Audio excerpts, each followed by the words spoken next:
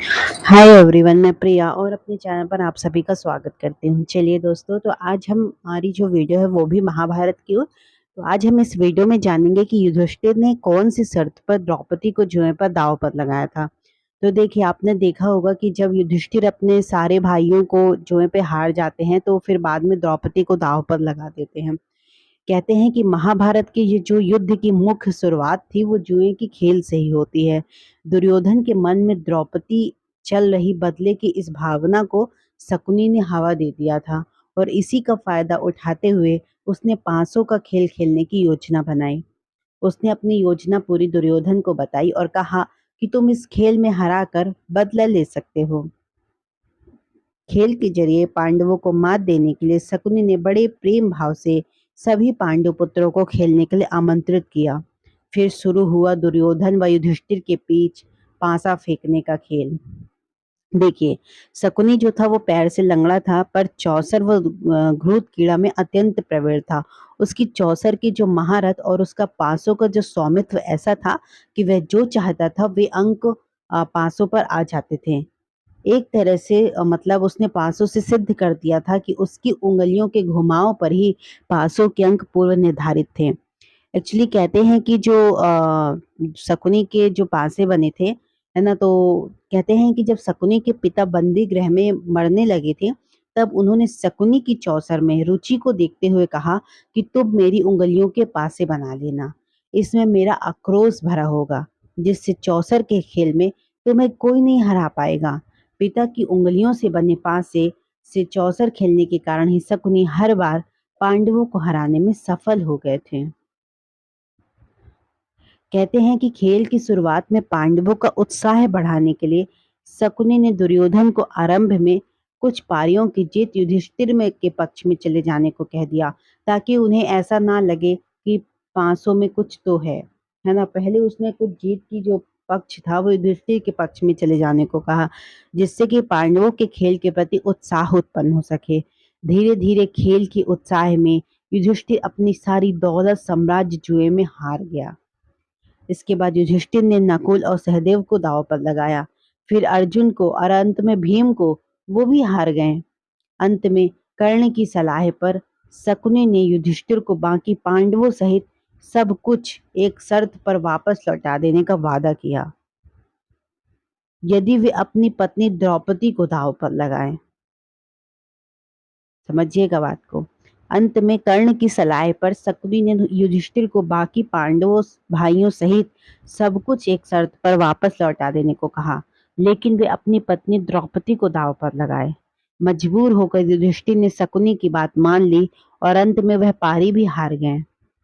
इस खेल में पांडवों व द्रौपदी का अपमान ही कुरुक्षेत्र के युद्ध का सबसे बड़ा कारण साबित हुआ। देखिए, ये बहुत कम लोगों को मालूम होगा कि शकुनी के पास जुआ खेलने के लिए जो पासे थे वह अपने मृत पिता के रीढ़ की हड्डी के थे। अपने पिता की मृत्यु के पश्चात शकुनी ने उनकी कुछ हड्डियां अपने पास रख ली थी। ऐसा भी कहा जाता है कि शकुनी के पासे पे उनके पिता की आत्मा वास कर गई थी, जिसकी वजह से वह पासा शकुनी की हर बात मानता था। कहते हैं कि शकुनी के पिता ने मरने से पहले शकुनी से कहा था कि मेरे मरने के बाद मेरी हड्डियों से पासे बना लेना। ये पासे हमेशा तुम्हारी आज्ञा मानेंगे और तुम्हें जुए में कोई नहीं हरा सकता है। यह भी कहा जाता है कि शकुनी के पासे के अंदर एक जीवित भंवरा था, जो हर बार शकुनी के पैरों की ओर आकर गिरता था। इसलिए जब भी पासा गिरता तो वह 6 अंक दर्शाता था। शकुनी भी इस बात से वाकिफ था कि इसलिए वह भी 6 अंक ही कहता था। शकुनी का जो सौतेला भाई मटकुनी था इस बात को जानता था कि पासे के भीतर भावरा है।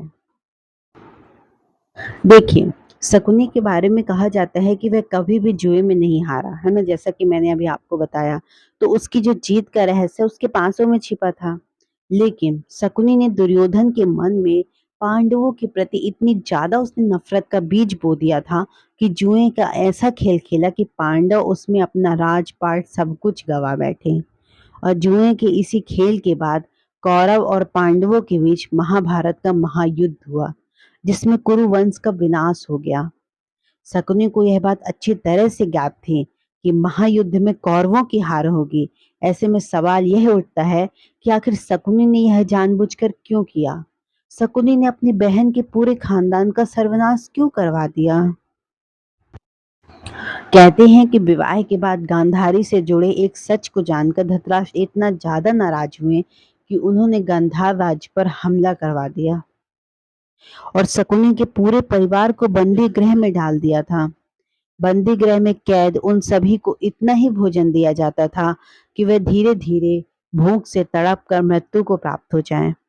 ऐसे में शकुनी के पिता ने तय किया कि सभी के भोजन के हिस्से से किसी ऐसे बुद्धिमान और चतुर व्यक्ति की जान बचाई जाए जो भविष्य में अपने साथ हुए अन्याय का बदला ले सके। अंततः शकुनी को बचाने का फैसला किया गया, लेकिन वह इस प्रण को भूल न जाए इसलिए उसने सभी ने मिलकर उसके एक पैर को तोड़ दिया ताकि उसे अपने परिवार के अपमान की बात याद रहे। उसी के बाद से कहते हैं कि जो शकुनी था वो लंगड़ाकर चलने लगा था। कहते हैं कि जो शकुनी था वो हमेशा दुष्ट विचारों वाला नहीं था। वह अपनी बहन गांधारी से बहुत ही स्नेह करता था और संसार के हर भाई की तरह यह भी चाहता था कि उसकी बहन की शादी एक योग्य व्यक्ति से हो और उसका जो पूरा जीवन है वो हमेशा सुखमय रहे।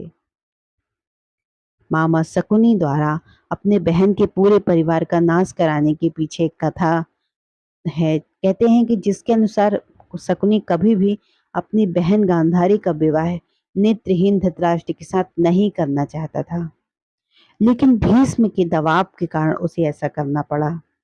इसी बात का बदला लेने के लिए उसने यह पूरा षड्यंत्र रचा। जिस पासे की मदद से उसने यह इस महायुद्ध का कुचक्र रचा, उसकी कथा भी हैरान कर देने वाली है।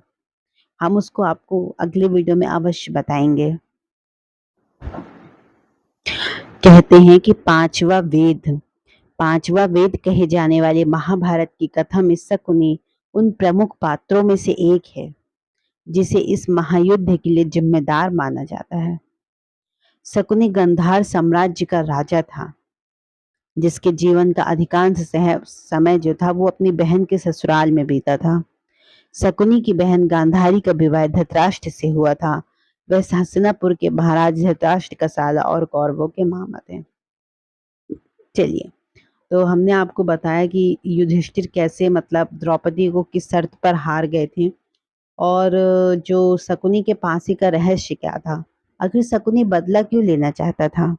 चलिए, तो हमने बहुत ही संक्षिप्त में आपको सारी जानकारी दी।